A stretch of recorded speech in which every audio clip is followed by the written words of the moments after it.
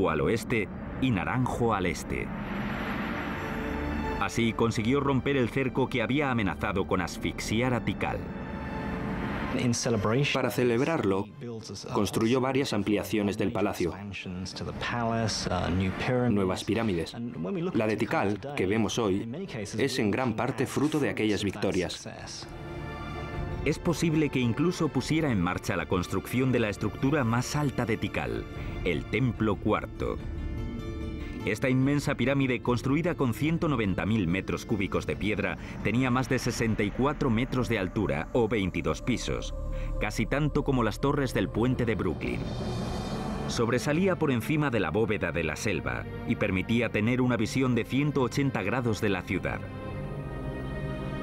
A lo lejos, otras ciudades mayas construían ambiciosas estructuras.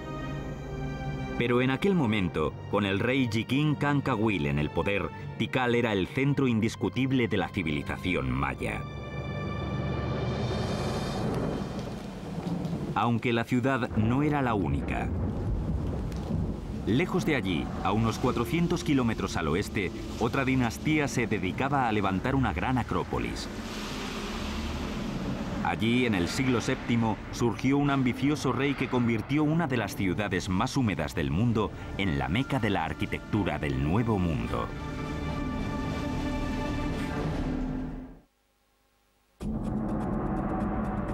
Año 611.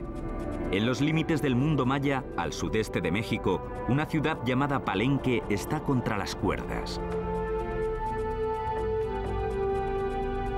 Intentan defenderse a la desesperada de las fuerzas de Calakmul, la misma ciudad que había derrotado a Tikal en el año 562.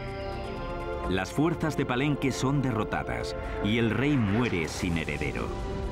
Los reyes mayas se consideraban divinos, por lo que su linaje era clave para la supervivencia. El fin de una dinastía solía traer la desgracia. Sin embargo, en ese momento crítico, estaba a punto de empezar una de las campañas de construcción más importantes de la historia maya, en Palenque.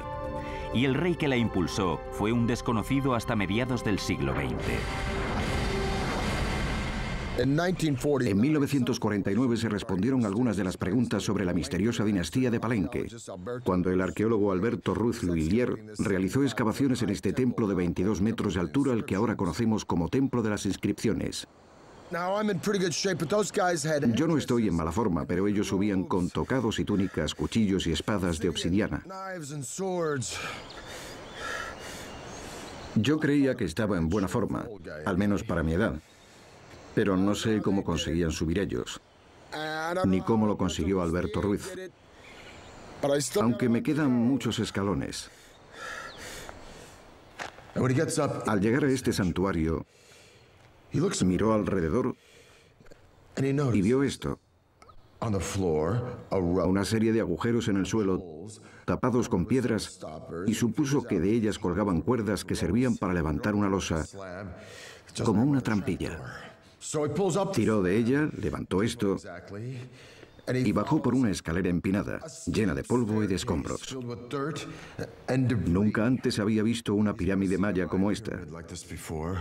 Así que sus hombres se pusieron a cavar y cavar y cavar hacia lo desconocido.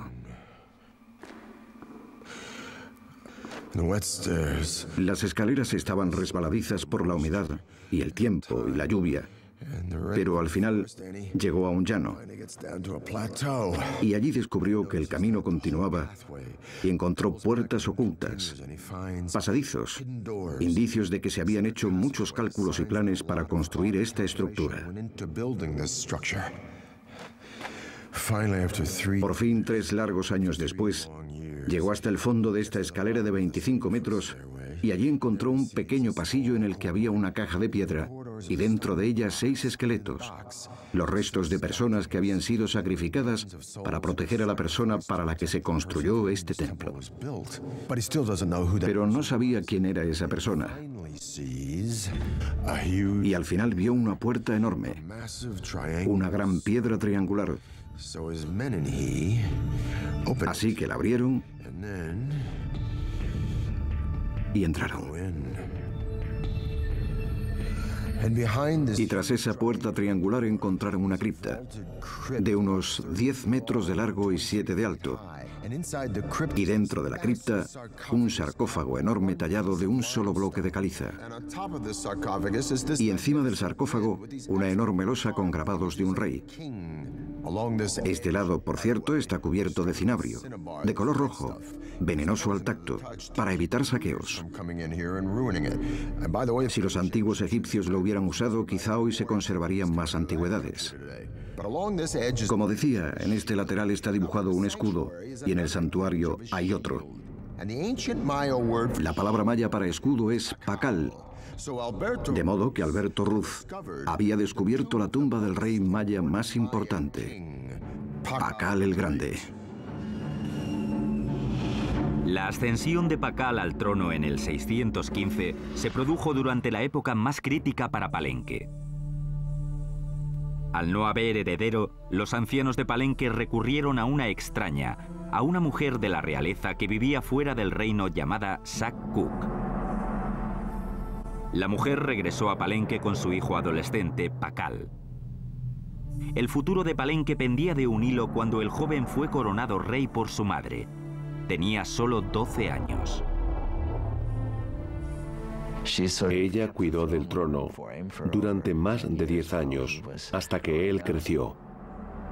Mientras crecía, el joven rey Pakal tuvo que divinizarse para legitimar su reinado. Proclamó que su madre era la personificación de la primera madre, que había creado a los hombres y a los dioses. Él, por lo tanto, era hijo de una diosa, una posición elevada que disipaba todas las dudas sobre su legitimidad. Seguramente era un hombre carismático, tuvo que serlo. No tenía ningún poder, tuvo que asentarse a base de carisma y decisión. Como recién llegado, alguien que tenía que demostrar su valía, tenía que ser lo más ostentoso posible. Así que construyó los edificios más grandiosos. Creó muchos patrones arquitectónicos nuevos.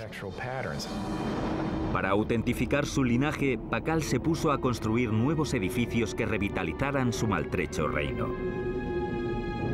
Uno de sus primeros encargos fue la renovación y ampliación del palacio, una estructura impresionante situada en el centro de la plaza principal. El palacio, con más de 6.500 metros cuadrados, se convirtió en un laberinto de galerías, cámaras, escaleras, patios y túneles y se diseñó para reflejar sus ideas de grandeza. Al principio, los arquitectos de Pakal, igual que todos los arquitectos mayas, emplearon la falsa bóveda para sostener los altos edificios. Era una estructura bastante sencilla con una serie de hileras de piedras de altura cada vez menor, puestas una encima de otras, formando una especie de V invertida, con una fila de piedras encima. Pero el falso arco dejaba mucho que desear. Esta estructura básica limitaba el espacio interior y la luz y obligaba a los arquitectos a construir muros más anchos que el espacio que quedaba entre ellos. Los ingenieros, impulsados por la voluntad de su rey, buscaban soluciones a ese problema. Lo que consiguió el diseño de Palenque fue aligerar el peso.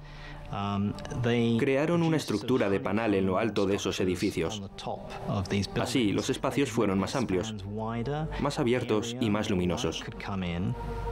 Estas innovaciones redujeron la tensión soportada por los muros y así se creó una sensación más abierta y acogedora que en los edificios mayas tradicionales. A lo largo de 60 años, los arquitectos de Pakal fueron los mejores del Nuevo Mundo. Y al final de su reinado, Pakal encargó la construcción del proyecto más complejo e imaginativo que habían emprendido los mayas, el Templo de las Inscripciones. El descubrimiento del Templo de las Inscripciones cambió nuestra concepción de las pirámides mayas. No pensábamos que fueran sepulcros funerarios. Dentro, a lo largo de una escalera que bajaba hasta la tumba, los ingenieros habían construido un conducto, un tubo hueco. Es un conducto que permitía que alguien situado encima de la pirámide hablase a través de él, para, teóricamente, comunicarse con Pakal en su tumba.